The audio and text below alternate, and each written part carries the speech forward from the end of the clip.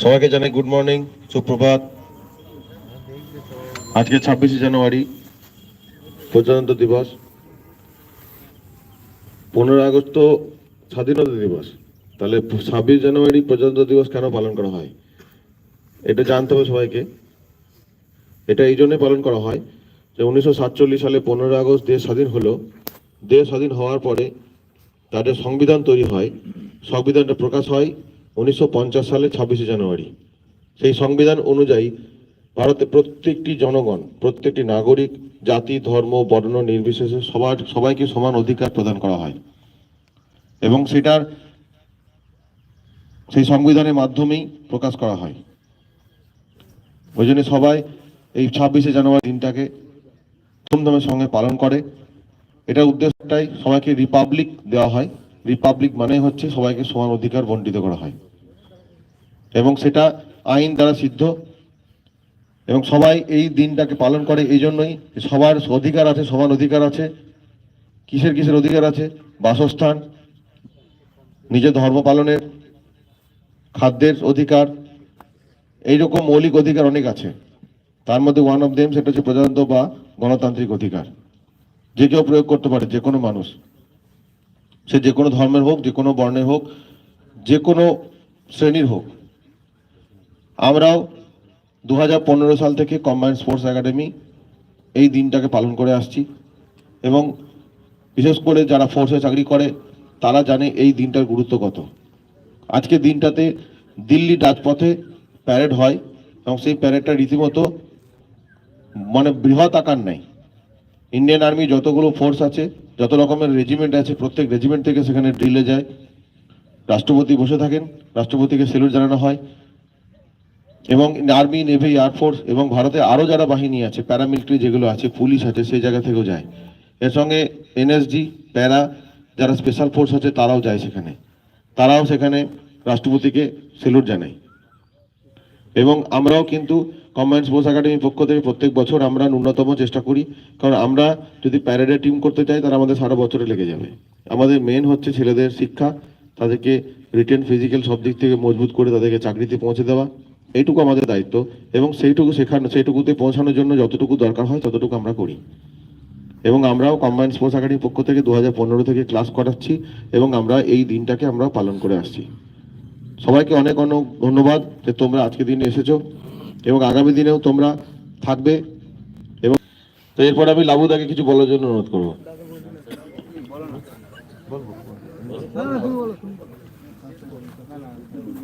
জয় হিন্দ।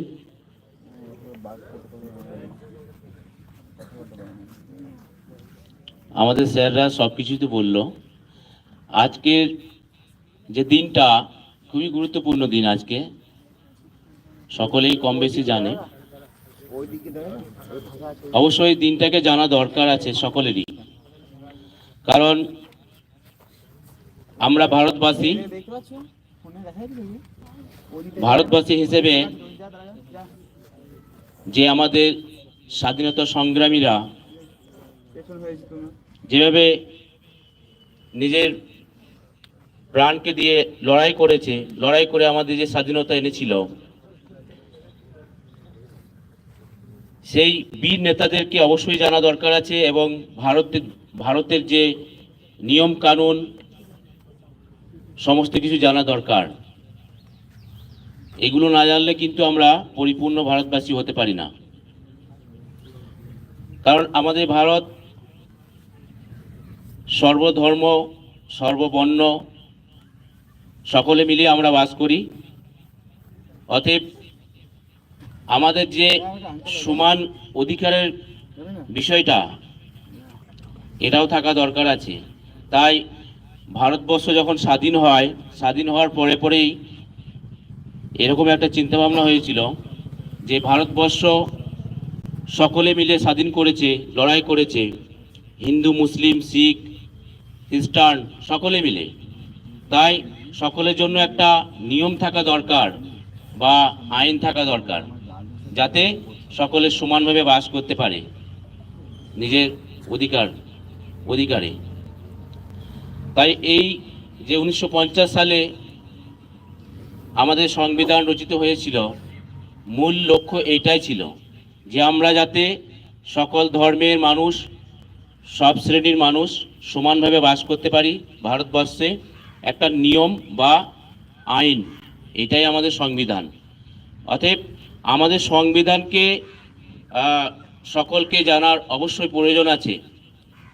সংবিধান হয়তো বই আকারে অনেক আছে, এখন তো মোবাইলে সার্চ করলেই পেয়ে যাবে টোটাল সংবিধান।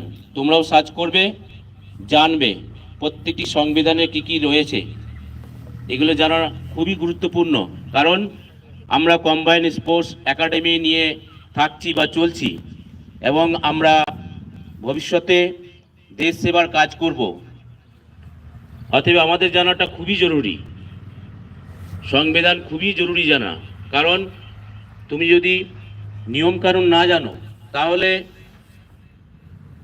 দেশের যে সেবামূলক কাজগুলো সেগুলো ঠিকঠাক করতে পারবে না।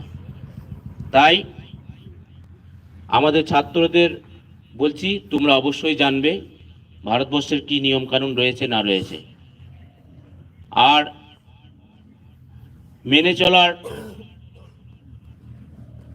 অবশ্যই মেনে চলার লক্ষ্যে এগোতে হবে। কারণ আমরা যদি না মানি তাহলে আমরা কাউকে মানাতে পারবো না বা পরিচালনা করতে পারবো না। আমাদের দায়িত্ব অনেক। আমরা সেনাবাহিনীতে যোগ দেওয়ার জন্য এখানে প্রশিক্ষণ নিচ্ছি কম্বাইন্ড স্পোর্টস একাডেমিতে। অতএব সবটাই জানা জরুরি আছে। তাই আজকের দিনটা খুবই গুরুত্বপূর্ণ এবং খুবই ভালো লাগার দিন। বেশি কিছু বলছি না, সময়টা অনেকটা হয়ে গেছে।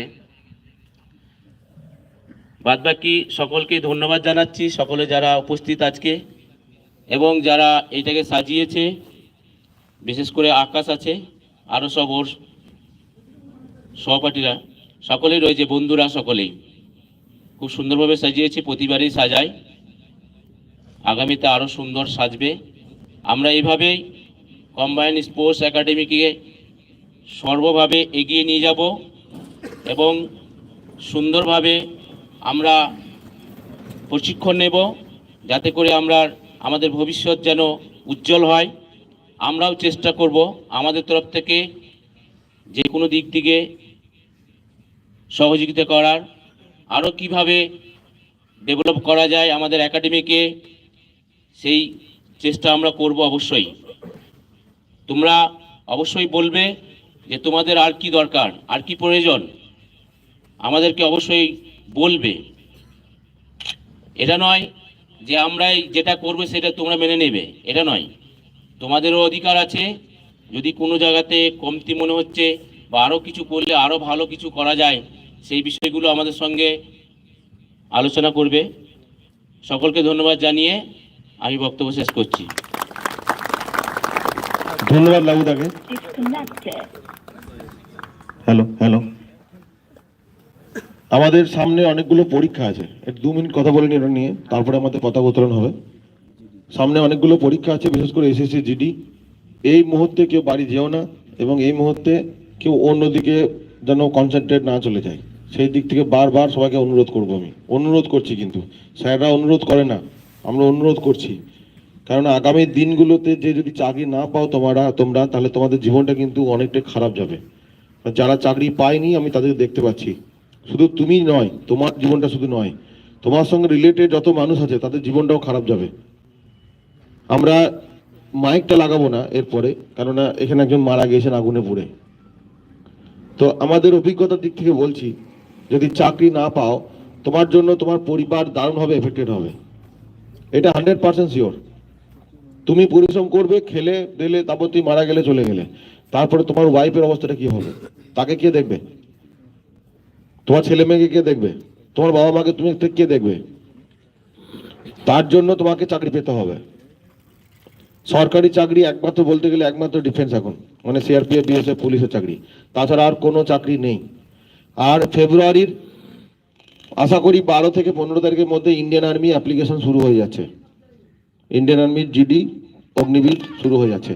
কিছু বোধহয় পরিবর্তন আসছে, সেই পরিবর্তনগুলো এখন আমরা বলছি না। কারণ এখন অনেক দিক থেকে আমাদেরকে খবর নিতে হচ্ছে যে কোনটা ঠিক কোনটা ভুল। এখন এসএসসি জিডির পরীক্ষা আছে, আর খুব তাড়াতাড়ি ডাব্লিউবিপি, কলকাতা পুলিশ এবং আরপিএফ এর অ্যাডমিট দিয়ে দেবে খুব তাড়াতাড়ি। তাহলে যারা যারা সেগুলো ক্যান্ডিডেট আছো তারা এখন পুরোপুরি ঝাঁপিয়ে দিতে হবে ওইগুলোর দিক থেকে। আর আমি চাঁদ স্যারকে কিছু বলার জন্য অনুরোধ করবো। না, দেখছি যে যারা ধরো অনেকদিন ধরে ছিলে নিয়ে এখন ফ্রাস্ট্রেটেড হয়ে চলে আসছো বাড়ি, আমি এরকম অনেক কাউকে দেখছি বা স্যারদের সঙ্গে কথা হয়েছে আমার।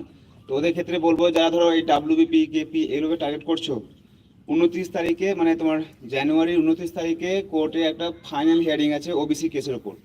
ওই কেসটা মিটে গেলে হয় ওবিসি থাকবে, নাহলে থাকবে না, দুটোর মধ্যে একটা। ওইটা উঠে যাওয়ার পর, ওই স্টেটা উঠে যাওয়ার পরই ডাব্লিউবিপি কেপি যে সমস্ত রাজ্যের পরীক্ষাগুলো আছে ডিফেন্স লাইনের, সেগুলো কিন্তু নিয়োগটি শুরু করে দেবো ওরা। কারণ জানুয়ারির পরের বছরই ভোট, এইটুকু বিশ্বাস রাখো যে পরীক্ষা হবেই। আর ডিফেন্স এমন একটা জায়গা যেখানে বছরই নতুন নতুন রিক্রুটমেন্টের দরকার পড়ে, যেগুলোতে অন্যগুলোতে হয়তো একটা মানুষকে দিয়ে 5টা কাজ চালিয়ে দেয়, কিন্তু ডিফেন্সের ক্ষেত্রে সেটা হবে না, ঠিক আছে? তো হয়তো অনেকেই অনেকদিন ধরে আছো বা মানে তোমার কি বলবো লক্ষ্য আছে ডাব্লিউবি কেপি, কিন্তু ফর্ম বেরোচ্ছে না, বিরক্ত হয়ে যাচ্ছ। তাদের ক্ষেত্রে বলছি যে আর একটু ধৈর্য ধরো, ঠিক আছে? এরপরে বেরোবে অনেকগুলো, সেগুলোতে মানে তুমি চেষ্টা করলে আর কি পেতে পারো। তো সেটাই বলার একটু। সামনে যে রিক্রুটমেন্টগুলো আছে, ডাব্লিউপি, কলকাতা পুলিশ, আরপিএফ তে অ্যাডমিট দিচ্ছেই। এর সঙ্গে সে নিউ আসছে যেগুলো, সেগুলো হচ্ছে আইআরবি, ইন্ডিয়ান রিজার্ভ ব্যাটালিয়ন, যেটা নকশাল দমনের জন্য তৈরি করা হয়। প্রায় 25,000 থেকে 27,000 ভ্যাকেন্সি আসছে, ছেলেও নেবে মেয়েও নেবে। আবগারি আসছে আবার, আবগারি ওয়েস্টবেঙ্গল পুলিশ সেন্টারে। হ্যাঁ, তারপরে ডাব্লিউপি প্রায় 4,000 সামথিং ভ্যাকেন্সি রেডি করছে ওয়েস্টবেঙ্গল পুলিশের। এছাড়া বেরোচ্ছে যেটা, সেটা হচ্ছে হোমগার্ড। হোমগার্ড নেবে প্রায় 45,000, কিন্তু কতটা কম কতটা বেশি এখন বলতে পারছি না, তবে 35,000 গিয়েছে খবর। আচ্ছা, আর বেরোচ্ছে ফায়ার অপারেটর। ফায়ার অপারেটর প্রায় 1700 সামথিং। ফায়ার অপারেটর মানে ফায়ার ব্রিগেড। ভ্যাকেন্সি তো দিচ্ছে, নিজের বুকে হাত দিয়ে বলো তুমি কতটা প্রস্তুত, ওইটা হচ্ছে আসল কথা। ভ্যাকেন্সি দেবে, তুমি কতটা প্রস্তুত। কতগুলো ভ্যাকেন্সি চাই, কতগুলো ভ্যাকেন্সি চাই তোমাদের? একটাই চাই। ওই একটা তোমাকে নিতে হবে, ওই 100টার দিকে তাকিয়ে লাভ নেই। তার জন্য তুমি কতটা প্রস্তুত, যে কোনো জায়গায় বাদ যেতে পারো। মানসিক জায়গাগুলোকে ঠিক করতে হবে সবাইকে, এবং লড়াইয়ের জন্য প্রস্তুত হতে হবে সবাইকে। এরপরে পতাকা উত্তোলন হবে। পতাকা উত্তোলন করার পরে আমরা জাতীয় সঙ্গীত গিয়ে বেরিয়ে আসবো। আর আজকে এক্সট্রা কোনো গান বাজনা বাজাবে না, কারণ সামনেই মারা গিয়েছে একজন এখানে। তাদের সম্মান রক্ষার্থে আমরা কিন্তু আর মাইক বাজাবো না। এরপরে মাইক ছাড়ছি। হ্যাঁ,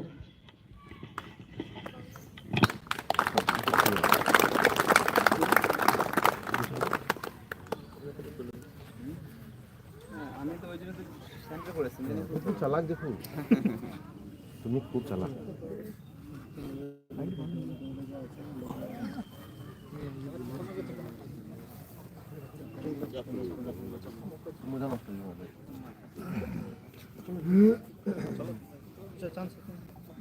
আমাদের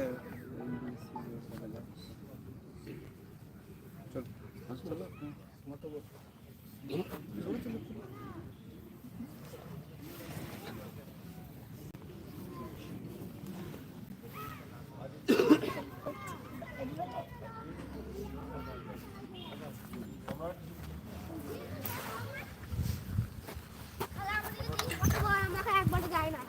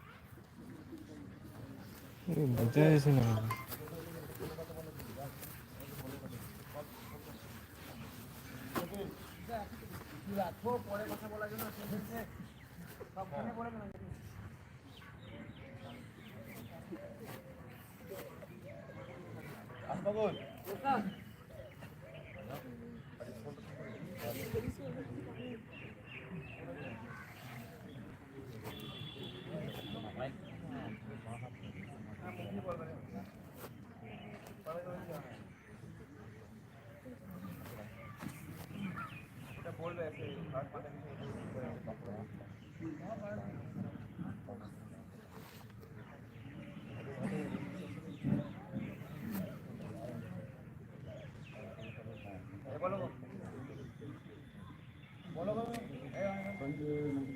वंदे मातरम वंदे मातरम वंदे मातरम जय हिंद जय हिंद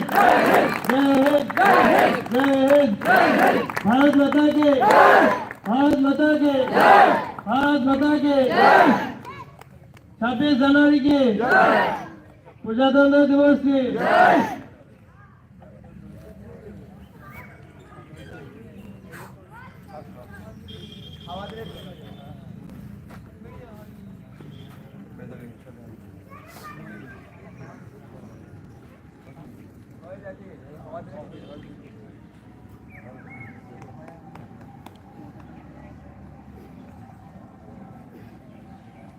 এরপরে জাতীয় সঙ্গীত হবে, সবাইকে সাবধানে দাঁড়ানোর জন্য অনুরোধ করছি।